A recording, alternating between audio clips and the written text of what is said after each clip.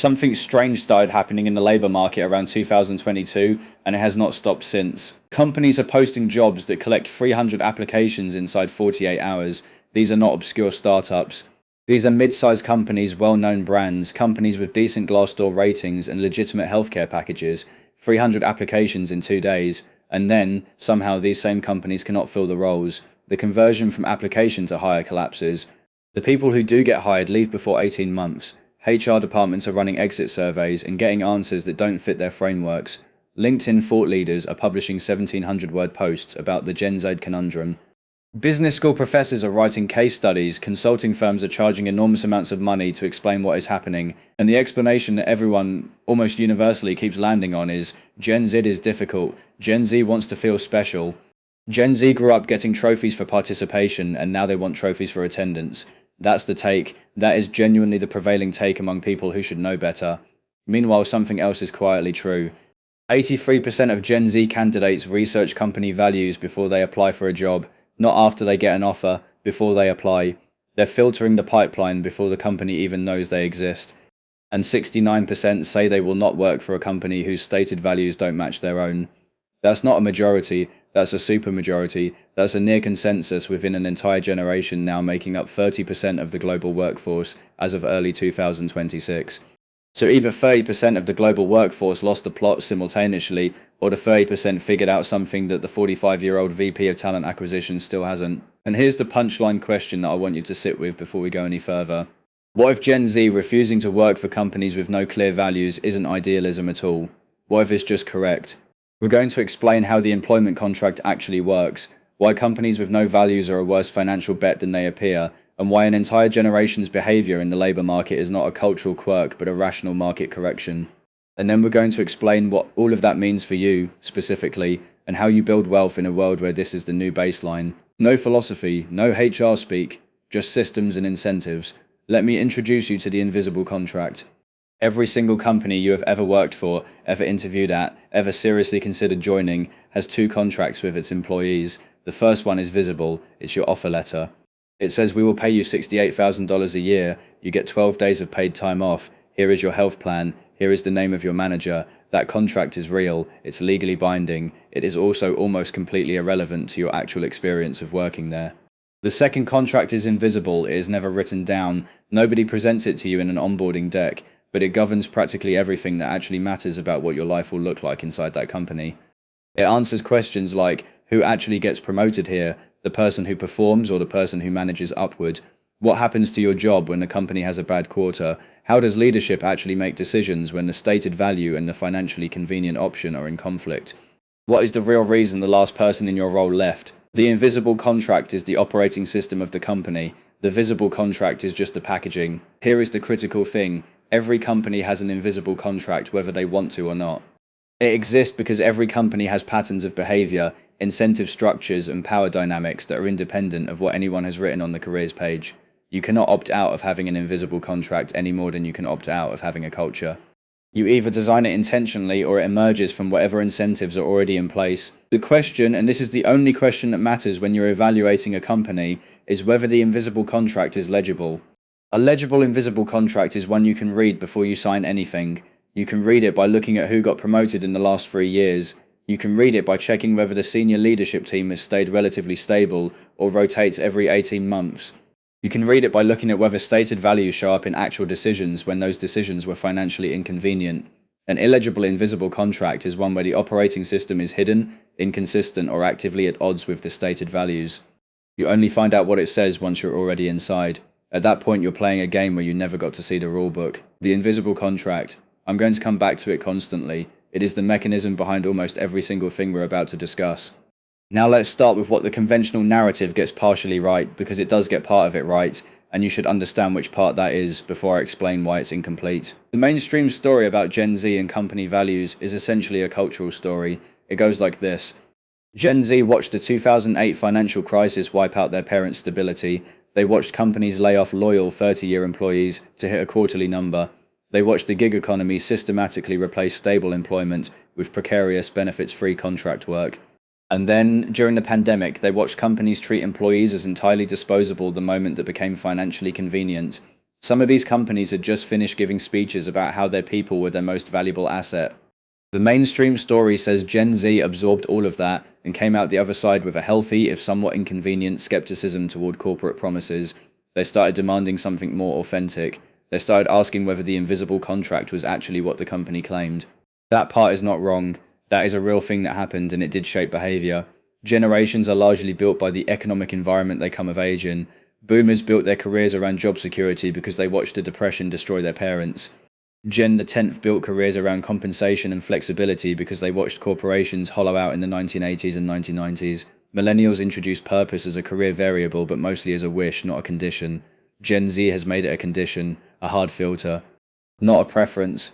But here's what the mainstream story misses. It tells you about the demand side, what Gen Z wants, but it completely ignores the supply side, what Gen Z now has access to that no previous generation did. And the supply side is where the actually interesting analysis lives. Think about what job research looked like in, say, 2003. You received an offer, maybe you called two people you happened to know who had worked at the company. You read the company website, which was written by the company.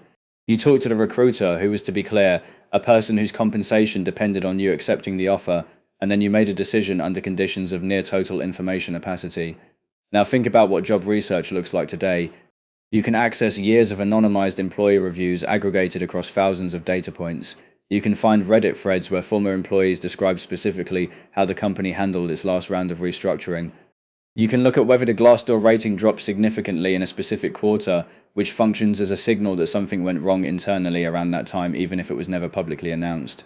You can find LinkedIn data on average tenure in specific roles, which tells you whether the job you're being offered actually has a realistic growth path, or just gets pitched as one. You can in some cases find compensation data that lets you know whether you're being offered market rate, or whether the company routinely underpays people who don't negotiate aggressively. You can, in other words, partially read the invisible contract before you sign anything. That is a structural information shift, not a cultural one. Gen Z did not become more idealistic. Gen Z became more informed, and more informed people make different decisions than less informed people. That is not complicated. The generation that entered the workforce in the 1990s didn't have access to this information infrastructure. They had to accept opacity as a basic condition of employment. They had to take the visible contract at face value and hope the invisible one wasn't terrible. And many of them got burned, and they normalized getting burned as part of how work is. Gen Z looked at the same game and said, actually, we have enough data now to at least partially evaluate the invisible contract before we commit anything. And a non-trivial percentage of those invisible contracts, when evaluated honestly, look bad enough to decline. That is not entitlement, that is rational information processing. And here is the first thing worth understanding about this. The companies winning the talent competition right now are not the ones with the best compensation packages. They are the ones with the most legible invisible contracts, because a legible invisible contract signals something important. It signals that the company's behavior is consistent enough across time that it can be observed and verified from the outside, and consistent, observable behavior is a form of institutional trust. And institutional trust is what attracts the kind of person who does research before making decisions, which is the exact person most companies actually need.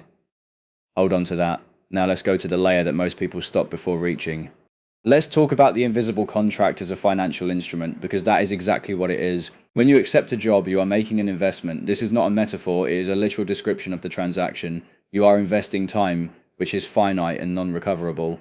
You are investing your skill development trajectory, because every environment you work in shapes what you become competent at, and therefore what you will be able to do next. You are investing your professional network, because the people you work alongside for 2 or 3 years become a permanent part of your network, and that network has real compounding financial value. And you are investing your career capital, the accumulating reputation and demonstrated track record that will determine what options are available to you in 5 years. None of this is soft, it is all measurable, and it all compounds over time. And like any investment, the single most important variable after the potential upside is the predictability of the return, not just whether you could win, but whether you can model what happens at various intervals and build around it. Let me make this concrete with actual numbers, because this is where the invisible contract stops being philosophical and becomes financial. Imagine 2 offers, both are for the same role, both pay $65,000 a year. Company A has clearly articulated values, a visible track record of internal promotions, consistent Glassdoor sentiment over 4 years, and a management team that has mostly been there for more than 3 years. Company B offers the same base salary, talks a lot in the interview about growth culture and massive opportunity, has high management turnover, a Glassdoor rating that declined sharply about 2 years ago, and minimal data on internal promotion rates. The visible contracts are nearly identical. The invisible contracts could not be more different. At Company A, you can model your next 3 years with reasonable confidence. You can make probabilistic statements about what happens if you perform well.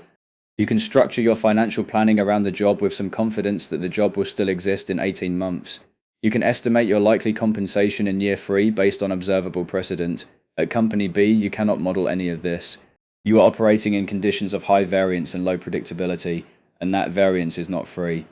It has a real cost to you in the form of the cognitive overhead of navigating an unpredictable environment, the risk of layoff without adequate warning, the cost of potentially having to restart your career capital accumulation in a new company 18 months from now if it doesn't work out.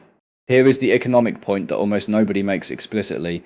High variance and low predictability are not inherently bad. They are bad when you are not being compensated for absorbing them. Startups operate on a completely rational version of high variance employment. You take a salary that is below market, you accept chaos and uncertainty, and in return you receive equity that represents a real potential for asymmetric upside. You are being compensated for the variance.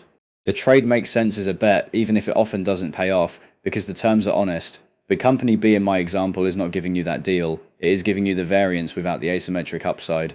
You are absorbing all the risk of working somewhere unpredictable, and in return you are getting the exact same $65,000 per year that you'd get at Company A. The compensation does not reflect the risk. You are, financially speaking, getting a bad deal. Gen Z is rejecting this. Not always explicitly, not always in the language I just used, but intuitively, that is the calculation, and the intuition is correct. Now take this one step further. Companies with no legible values share a structural characteristic that makes this even worse. Leadership at these companies makes decisions primarily based on short-term financial pressure rather than on principle. This sounds like a soft statement about company culture. It has very hard financial consequences for the people inside. When leadership optimizes for short-term outcomes without principled constraints, there is nothing to stop them from sacrificing employee welfare the moment it becomes convenient. And they will do it predictably, repeatedly, without significant warning. Not because these are bad people, but because the incentive structure they operate under doesn't price in the medium-term cost of doing so. This is where you get layoffs announced via pre-scheduled email, promotions that get quietly rescinded before they take effect, compensation promises that evaporate in Q3 when the numbers are soft.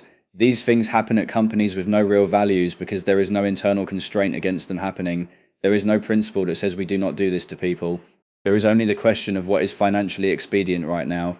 And from an individual employee's standpoint, this means something very practical. If you cannot predict whether your job will exist in 18 months, you cannot plan your finances around it. You cannot negotiate a lease, make a major purchase, or structure savings with any confidence. The financial instability that flows downstream from working in an opaque, unpredictable environment has real tangible consequences on wealth accumulation. This is not abstract. Gen Z is pricing this in. The companies acting baffled about it are the companies that never expected employees to price it in. If you're finding this analysis actually useful, subscribing is just a logical move. I break down how these systems actually work every week at this level of depth, not the version that sounds good in a company newsletter. Here is where the analysis becomes genuinely counterintuitive. The logical conclusion from everything I just said seems to be, okay, so companies need to get better at communicating their values, invest in culture branding, make the careers page more authentic, train managers to talk about purpose more convincingly, get the founder on Instagram posting something vulnerable about company culture. That is in fact exactly what many companies concluded, and it has largely made things worse, because there is a fundamental difference between having values and performing values. And the information infrastructure that Gen Z grew up using has made them exceptionally good at distinguishing between the two. Let's call the gap between what a company claims to believe and what it actually does when the right thing is costly the values gap. Every company has a values gap. The question is how wide it is. A company that says we put our people first, but has laid off 400 employees in 3 years with minimal severance, has a wide values gap.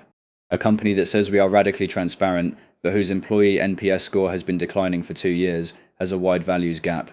A company that says we lead with integrity, but whose leadership team has above market compensation, while junior employees are being asked to absorb a pay freeze, has a wide, observable, and increasingly public values gap. And here is the inversion that most companies missed entirely. Building a strong values narrative without changing underlying behavior does not narrow the values gap. it widens it, because you have now raised expectations while leaving the invisible contract unchanged. And the moment an employee inside the company starts describing their actual experience publicly, the gap is visible, permanently, to every candidate who looks. The cover story makes the betrayal worse. The more you promise authenticity, the more damage you do when you fail to deliver it. This is a predictable mechanistic consequence of raising expectations without changing behavior.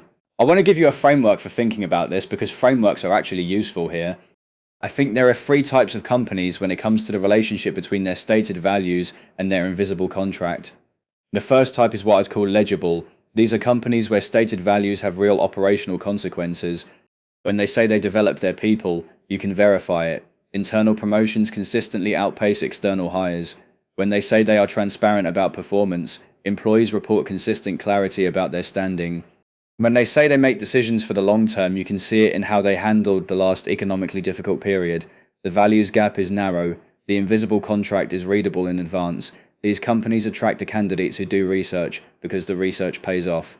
They also retain those candidates at higher rates, which compounds their talent quality over time. The second type is decorative. Values exist in these companies as aesthetic objects.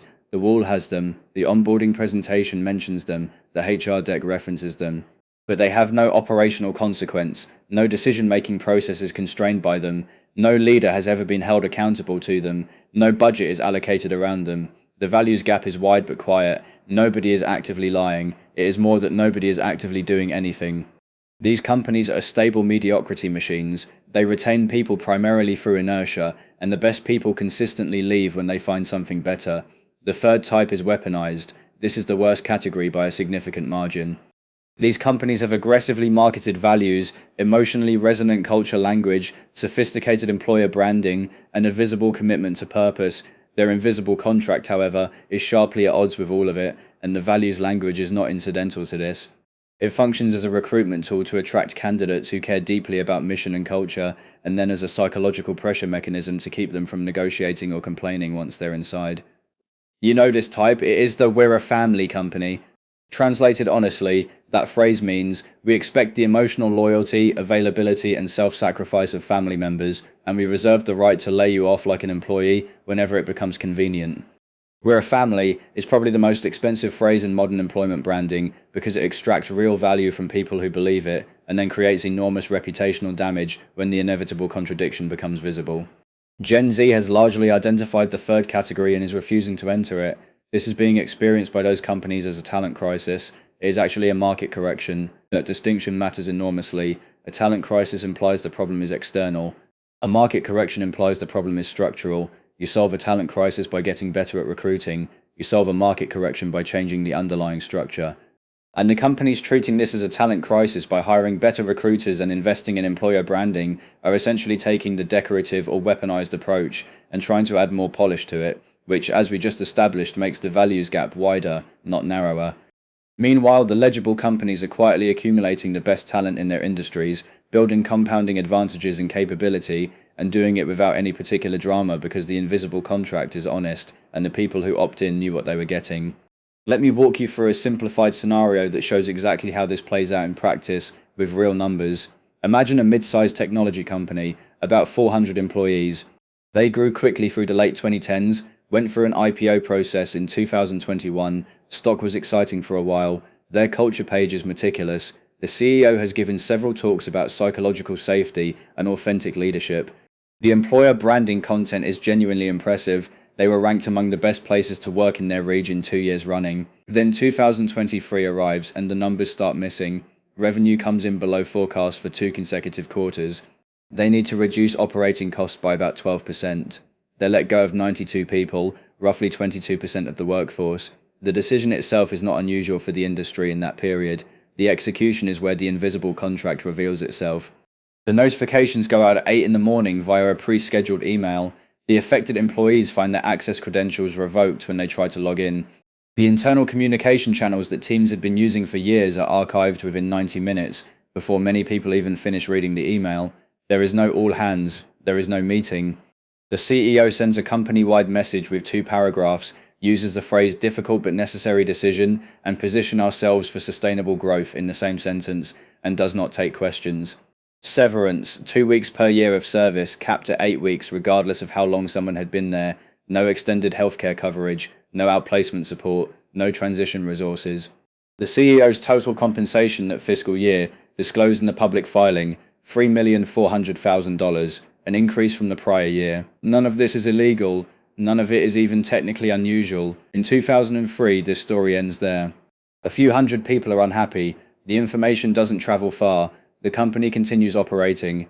In 2023, what actually happens is, 4 former employees post detailed accounts of the experience in public forums within 72 hours. 2 of the posts are in communities with over 150,000 members combined. Screenshots circulate. Someone cross-references the CEO compensation disclosure from the SEC filing and posts it next to the severance terms. The posts are indexed permanently. The company's rating on the primary employer review platform drops from 4.2 to 2.9 within 60 days. For the subsequent 9 months, the recruiting pipeline for senior individual contributor roles, the exact roles that attract candidates who do research, essentially collapses. Every strong candidate who looks at the company looks at the data trail and declines to move forward. To compensate for this, the company's HR leadership decides to raise base salaries for new hires by an average of 13% to attract candidates who are willing to accept the cultural evidence or who are not paying attention to it. Let's do the math on that. The remaining headcount after the layoffs, approximately 310 people, not all of them are being replaced immediately, but over the next 12 months they hire roughly 70 new people into roles that would have been competitive at market rate before the incident. Average salary for these roles, $85,000, 13% premium on $85,000 per hire times 70 new hires equals roughly $775,000 in additional annual salary spend. That is ongoing, every year. Because the talent premium does not reset until the reputation does, and reputations do not reset quickly. Over 3 years, that's approximately $2,300,000 in additional labour cost, purely because of how they chose to handle one difficult moment. And that number is conservative. It does not account for the compounding quality deterioration in the talent pool, which is real and measurable but harder to put an exact number on. The CEO's compensation increase from prior year, approximately $340,000. So the company spent $340,000 in CEO compensation increases, which were part of what fueled the negative narrative, and will spend over $2 million in the next 3 years as a direct consequence. This is not a moral story. These were not malicious actors. This was a predictable, preventable systems failure. The incentive structure rewarded short-term cost minimization without pricing in the medium-term talent cost. And a functional value system, one with actual operational constraints, would have governed the decision differently and would have saved money in net terms. The invisible contract you design determines the invisible contract you pay for. Always. Now let's go somewhere that I genuinely do not hear discussed anywhere else. Because everything up to this point makes the argument that Gen Z's behavior is rational from an employment standpoint. What I want to argue now is that it is also rational from a wealth building standpoint. And that is a completely different claim, with significantly larger implications. Most people think wealth is built through income. The model is maximize salary, invest the difference, hold for 40 years. That model works. It is slow, it requires enormous discipline, and it essentially makes your wealth a function of a single variable, how much you earn in a given year. There is nothing wrong with this approach except that it is the minimum viable version of wealth building available to someone who understands how compounding works. The faster version, the one that actually generates meaningful wealth in a compressed time frame, is not primarily about income. It is about leverage, and specifically it is about 4 types of leverage that compound distinctly: skill leverage, network leverage, capital leverage, and information leverage. Skill leverage means you become so competent at something genuinely difficult that the value you can create per hour of your time is dramatically higher than the market default. This is not hustle culture. It is just recognizing that the distance between adequate and excellent in high-value skills is enormous and financially material.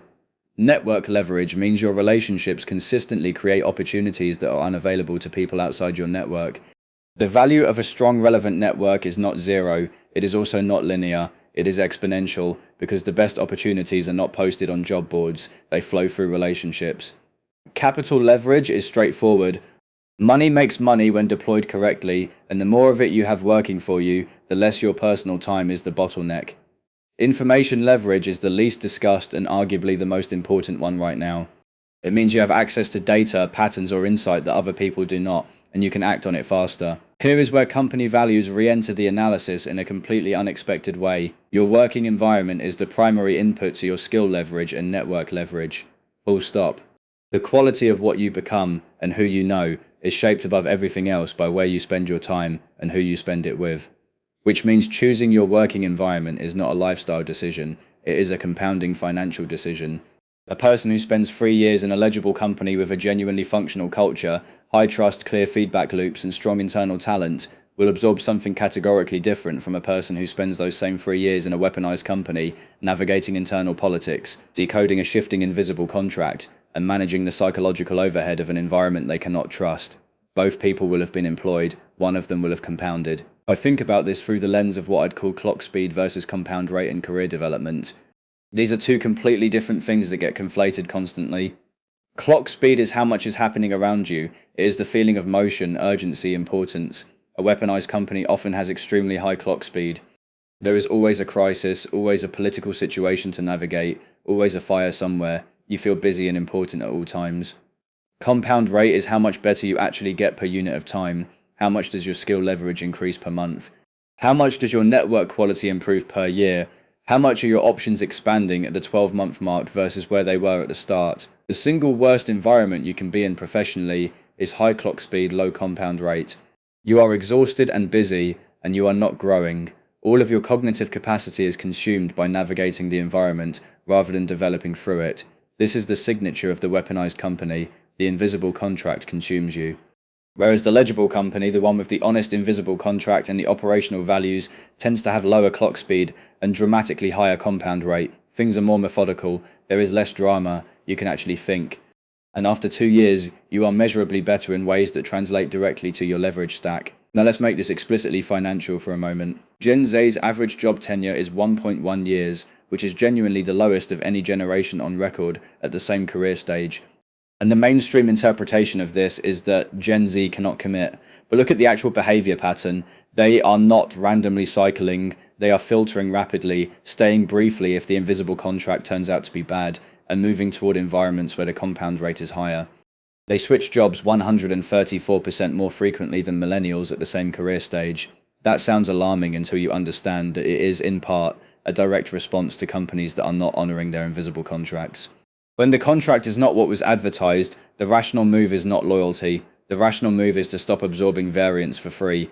Here is the second order effect that nobody is talking about. In early 2026, leverage has never been cheaper to acquire and never been more determinative of wealth outcomes. The technology infrastructure that exists now has fundamentally collapsed the cost of building skills, creating content, building audiences, transacting at scale, and starting businesses. Which means the primary limiting factor on wealth creation is no longer capital access or distribution access. It is leverage itself, specifically the kind of leverage that comes from being genuinely excellent at something valuable and knowing exactly the right people. Gen Z is the first generation to enter the labor market with this as the established reality, not an emerging trend. And their behavior reflects it. When leverage is the primary bottleneck, the compound rate of your working environment becomes the most important financial variable in your career. Not the salary, the compound rate. A company with a legible invisible contract is a company where your leverage compounds. The cycles go toward actual development, real skill acquisition, genuine relationship building. A company with an opaque or weaponized invisible contract is a company where your leverage gets consumed. The cycles go toward political navigation, trust management, and the ongoing cost of existing in an unpredictable system. And this is precisely why some of the most financially sophisticated people in Gen Z are not choosing the highest paying offer. They are choosing the highest compound rate offer, which is, in a world where leverage is the primary wealth driver, the correct call. Meanwhile, somewhere in a boardroom in New Jersey, a chief people officer is presenting a 40-slide deck titled Our Values Activation Initiative to a CEO who has checked his phone 34 times during the meeting and just suggested they add a sixth core value called We Execute. Everyone nods, someone writes it on a whiteboard, the invisible contract remains completely untouched, the deck gets filed, the Glassdoor rating continues its slow decline. There is one more layer here that is important to understand before we wrap this up. A lot of companies have looked at the labour market tension around Gen Z and concluded that it is cyclical. They're waiting for the economy to tighten up, unemployment to rise, and the leverage to shift back. The assumption is when people actually need jobs, they'll stop being picky about values. They'll accept whatever invisible contract is offered because the alternative is not working. This assumption is partially correct and entirely wrong where it matters. Yes, economic pressure and a tighter labour market does reduce immediate selectivity. That is historically consistent across every recession. When income is genuinely at risk, people accept worse invisible contracts in the short term. This is true, but the assumption misses the mechanism that makes this labour market different from every previous one. The information infrastructure does not go offline during a recession. The Glassdoor posts remain indexed when unemployment rises. The Reddit threads are still there. The pattern recognition that an entire generation has developed through years of research-driven job evaluation does not get unlearned because the market tightened. Which means that even in a compressed labour market, the best candidates will accept the worst invisible contract temporarily, but they will exit the moment conditions allow. The institutional memory of a bad invisible contract no longer decays the way it used to. In previous generations, a company could behave badly during a downturn, conditions would improve, and the talent pool would reset because people didn't have persistent, accessible evidence of what happened. Now they do. The record is there. Companies that use economic downturns to reassert bad invisible contracts are borrowing against their future talent pipeline. They're solving a short-term cost problem with a medium-term talent liability. Same structural logic as our case study, different scale, same outcome. And there is something else happening in parallel to all of this that makes the long-term dynamic even more significant. 52% of Gen Z professionals are already freelancing, not experimenting with freelancing, not considering it as an option, already doing it. For many of them, traditional employment is the backup plan, not the primary one. The non-employment route, building your own leverage system outside of the employment market, is being pursued at a scale that has no historical precedent in a generation this young. This is not because they are allergic to structure. It is because a significant portion of them did the risk-adjusted analysis on available employment options and concluded that the compound rate and the financial predictability of building something of their own, even at lower initial income, is better than absorbing a bad invisible contract for a salary that doesn't compensate for the variance. And look, at a tech company in Austin, they solved the values problem by having each new hire take a 20-minute onboarding quiz to identify which of their 5 core values they most embody. There was a company celebration around it. The quiz was immediately followed by a mandatory Slack message about the importance of being available on weekends during peak periods. The values were integrity, innovation, excellence, collaboration, and a fifth one called Own It, which in practice means you don't push back on scope creep and you don't leave before 7. Nobody mentions the contradiction. The catered lunches are genuinely good. The invisible contract is exactly what it was before the quiz. The Glassdoor rating dropped 4 months later, so let's come back to where we started. Companies are getting 300 applications in 48 hours and cannot fill roles. The retention is catastrophic. HR is confused. Business professors are writing papers. We just spent a long time explaining exactly why this is happening and why it is not going to stop. Gen Z is not refusing to work for companies with no clear values because they need to feel understood. They're refusing because they've correctly identified that the invisible contract governs 3 things simultaneously, and all 3 are financially material. First, short-term financial predictability. Can you plan your life around this job? Second, medium-term leverage compound rate. Is this environment actually developing your skill and network leverage or consuming it? Third, long-term wealth positioning. Are you in an environment that is compounding your options or eroding them? A company with no legible values is a company with an unreadable invisible contract, and an unreadable invisible contract is a poor bet on all 3 dimensions unless the compensation reflects the risk premium. In almost all cases, it does not. Now, 3 practical things you can actually do with this, none of which are generic. The first, learn to audit the invisible contract before you commit to anything. This applies to employment, partnerships, clients, and any professional structure you enter. The visible terms are almost irrelevant compared to the behavioral record. Look at how they handled their last hard moment. Look at whether their stated principles held under financial pressure. Look at the values gap specifically, because a large values gap is both a signal of a bad invisible contract and a guarantee that the gap is already being documented publicly. This skill generalizes well beyond employment. Every financial structure you enter has an invisible contract. Getting competent at reading them is probably in the top 3 highest leverage skills you can develop, and almost nobody teaches it directly. The second, price variance honestly. If you are in a high variance, low predictability environment, you are absorbing financial risk. That risk has a market price.